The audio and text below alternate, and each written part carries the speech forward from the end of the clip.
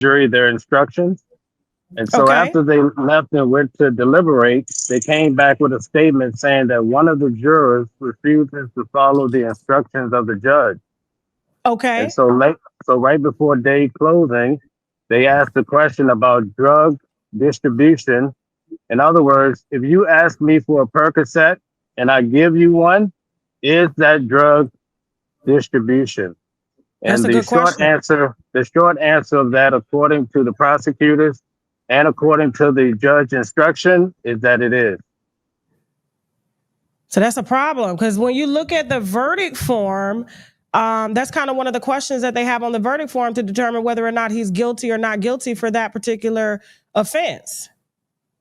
Yes, it's one of the Yeah, that's a predicate part of the acts RICO. for the RICO.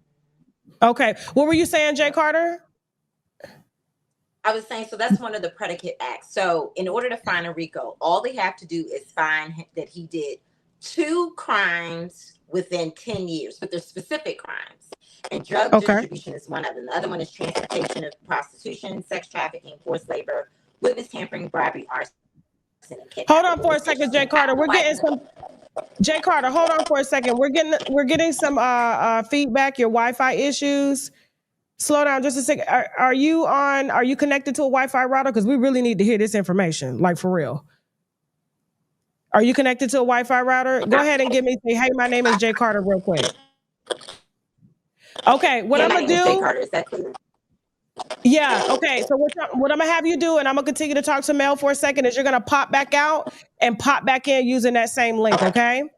And then we'll bring you back up when Jasmine All sends right. you backstage. Could you get Adrian on standby to help with people backstage for me? Could you have Tiffany get with Adrian? All right, Mel. So that's go over exactly. Pick up what Jay was saying.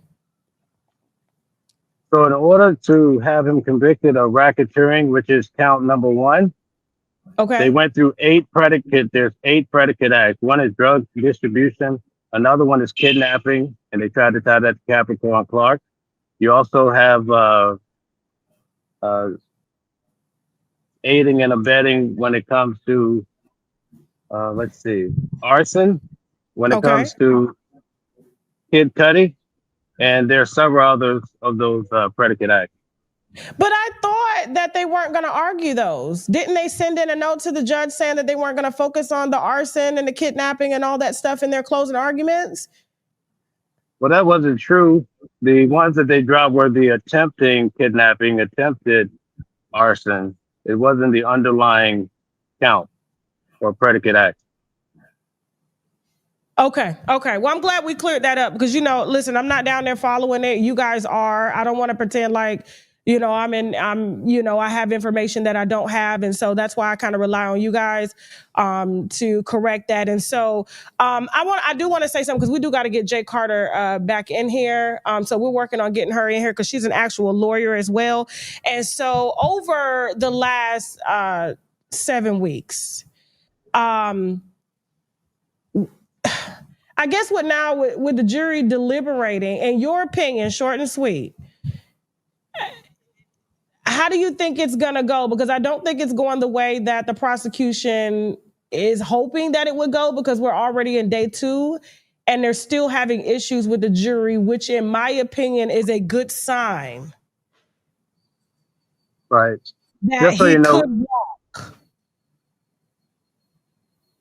that is a possibility. I think at best you might have a hung jury, but as far as having everybody come back saying he's not guilty, I think it's a shot in the dark. Just so you know, we're having a fight across the street, so it's a little distracting. But What just kind of fight going down there? Who's fighting? oh, they're fighting every day over line issues and everything else. So just so you know, that's what's distracting. But to get back to your particular point, Okay.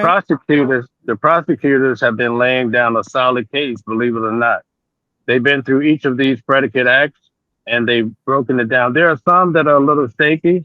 Let's say, for instance, the arson.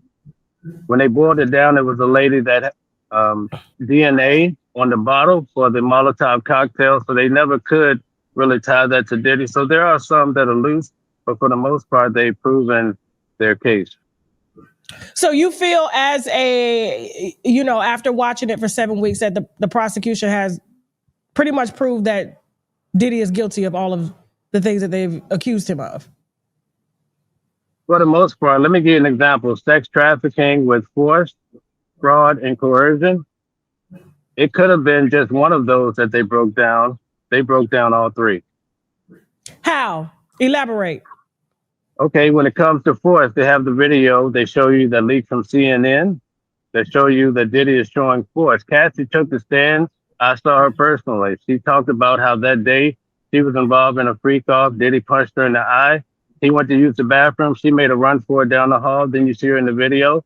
Diddy comes down the hall behind her and he's starting to drag her back. If that's not force, then what do you call force?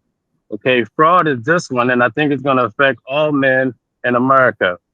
Diddy would promise Jane Doe that if she flies to Miami where he would wine and dine her really sweet.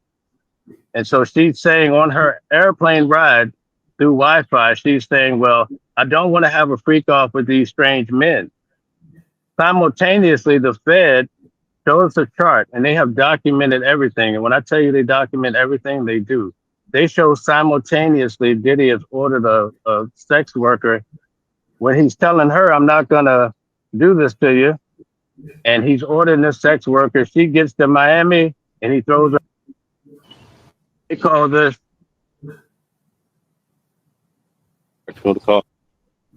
Okay. They call this fraud. So they call this fraud because he told her a material fact that he wasn't going to do this to her. So the defense stood up and they said, listen, this is what we're concerned. The prosecutors are trying to show that they have her diary where she says Diddy is a pathological liar. So her state of mind shows that she felt like he was deceiving her. So that shows you fraud. So if a man is making promises to women and don't deliver and maybe try to throw them into an orgy or something like that, you're going to be in hot water. The other one, the last one is coercion. Okay. You want me to explain? Yes, please. Is Jay Carter back? Okay. We can pop her back in, but go ahead and explain coercion. Okay, sex trafficking with coercion. They started off with Cassie. They showed that when she met Diddy, she became his artist. He did a 10-year contract, 10 albums with her. Basically, she did one album, and then he threw her into this back-to-back cycle for 10 years of freak off, sometimes with 4 men for 4 days straight, with no food, no sleep, just a bunch of drugs. So that's coercion because they're saying he took away her ability to make money, and then she couldn't really leave. She had no other choice to be involved in this freak off, right? The other one is with Jane Doe, and I'll be brief. Jane Doe, Diddy's paying $10,000 a month for her rent, even to this day. $10,000. He even paid for her attorney during this trial. So the argument is, right? This is the argument that, excuse me, step back. Okay. The argument is that she couldn't, he's actively paying her rent. And the argument is she can't leave because if she stopped doing the freak off, she's going to be out in the street. And we're talking about the 38-year-old Jane Doe, right? Correct. The one that has only dated high-profile celebrities and been taken care of by the high-profile celebrities, right? The one that gets $4,700 a month in child support, correct. And so between Diddy and her baby father, she get about $15,000 a month, right? Yes. To sell pussy, right? In okay. Short, in Carter, that ain't got nothing to do with you, Mel. I'm just. That's just my. She got real quiet on that one. Mel was like, "Listen." So guys, I'm out here on the street and people are walking up on me. So just so you know. Well, tell them you live with Tasha K. Let them know. Jay Carter, welcome back. How you doing? Yeah, I'm great. Okay.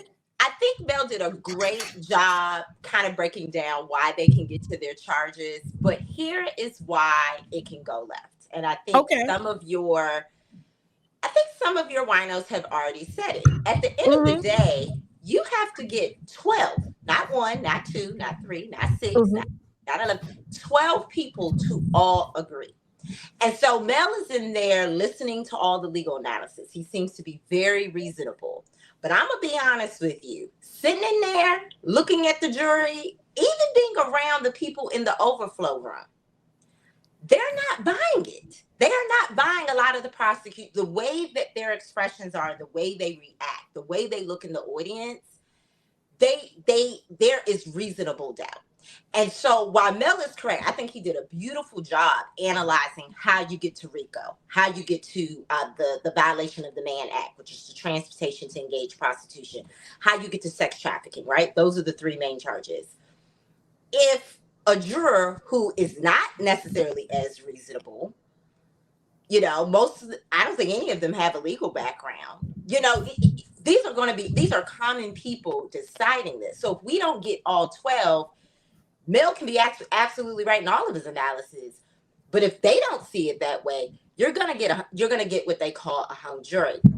The other thing I wanted to mention, but he opened up saying that he feels like it's going to be a hung jury because of all the issues that's going on now with the jury. I don't think that they're going to come out unanimously. I just don't. Right, and if they do, I don't know if Mel agrees, but if they do come out unanimous on anything, it may be the violation of the Mann Act, which is the transportation to engage in prostitution. That's the only place where I felt like the prosecution kind of had a slam dunk because they showed all the text matching the credit card receipts, showing sometimes Cone Enterprises paying for the planes for the prostitutes to be flown in. That's where it's almost like, okay, there's somewhat of a slam dunk there, but you still got to get all 12 to agree. I also want to say about them fighting in the jury room. So just a little intel on juror number 25. Okay, so he is a 51-year-old gay white, so gay and white, PhD in molecular biology who studied veterinary science. That's the one that was causing issues yesterday. That's the one that they said was not following the instructions. Now, we don't know if he's not following the instructions to favor the prosecution or the defense, but that was one of the complaints. He was not following the instructions. So I'm like, if you already have someone not following the instructions, that's the hung jury right there. If he doesn't cooperate on all, 5 of these charges, 2 each being for Cassie, 2 for Jane Doe, and 1 being the RICO. If he doesn't cooperate, you're going to get a mistrial based on that. So, and is it true that they started having issues within 2 hours after deliberation? So it happened that fast? Yeah, it happened right away. You want me to tell you? Want me to just tell you real quick what I think happened? Okay, so basically, it looked like there was a dispute as far as whether giving drugs to someone, right? So it seems like 11 people thought, according to the judge's instruction, that this is what had occurred, but he said it was not. He said that he's not guilty. Basically, that's where it's heading. So he said that. Well, that's what they're thinking in the background. Okay. All right. So let's take it back a little bit because surprisingly enough, people are calling Diddy crazy for not having a single witness defend him. He's not taking the stand. He didn't want to take the stand, and they felt like the federal government targeted him, which, I mean, it's clear what happened. They weren't coming after him before the Cassie lawsuit. It happened directly after the Cassie lawsuit. And they built this case based off of Cassie's allegations. And so she is the main witness. It was supposed to be Jane Doe 3, which we, heard from. 50 Cent baby mama. And Gina was supposed to be victim 2 or victim 3, one of the two. I can't remember. But all of this came after Cassie's allegations, which in my opinion, you really can't trust because it's like she never went to the authorities. She went straight, down to the money court to ask for money because she was in a very bad position financially with 2 children and living with in-laws or in-laws or her parents. And, her husband is a personal trainer. And so it makes it suspicious as to why she even went down, why is she participating in a federal indictment when the whole goal was to get money for her being talentless, because let's be honest, Cassie is not talented. But I say this to say, to kind of get to my question is like, when it comes to Diddy opting to not testify and not put a witness up to defend him, a lot of people will call him crazy. But when I sit back and think about it, I think it's kind of genius, because it's like, if the prosecution brought this case, you need to defend these allegations. They went up and created reasonable doubt. And when we get Jay Carter back in the room, we'll talk a little bit more about that too. They created reasonable doubt amongst the witnesses when they cross-examined them, and then they allowed the prosecution to rest their case. It's like, Diddy really doesn't have anything to defend here. You brought this, you prove it. Do you feel like that could go against him, or do you feel like that could be for him? Like it was a good move. I Never did. I feel like it was a very bad move. Hold on, you're still breaking hear me? up, Mel. You're breaking up. Get Flame Monroe. Okay. Okay. Can you hear Go me ahead. now? Yes, I can hear you. Okay. I feel like it was a very bad move, because I feel like if the case does not work out in his behalf, everybody's going to say, why didn't you bring in an expert witness? Why didn't you bring in various people to substantiate that he's really a solid guy? So I think it was a bad idea, but the defense, I think they feel like it shows that they're confident that the prosecutors did not prove their case. Because why defend something if you didn't do it? And, Right, exactly. it leads the way, like, you open the door to certain conversations. So if you bring somebody down there to testify on your behalf, the prosecution can cross-examine them, and then it creates more doubt, and then it opens the door to other things that they could possibly add, maybe add more charges or more witness tampering, things like that. Right, exactly. Okay. Is Jay back? Okay, all right. So we get in Jacob. We need our lawyer back up here. So day 2 down there. What's going on, Mel? So basically, we're waiting on verdict watch. And so everybody's basically, including the family, is sitting in the main courtroom. We also have people in 2 overflow rooms, but we're waiting for the final verdict to come. But again, today there were some questions asked from the jury. Right now, they're just at the point of the first 2 witnesses. They asked a question about Daniel Phillips, who was the sex worker that I talked about the last time I was on your channel. They wanted to know or see the transcripts about what occurred with him and Cassie at the Essex Hotel in New York. They also want to see the transcripts of Cassie at the Intercontinental Hotel with Diddy to see what she had to say about it.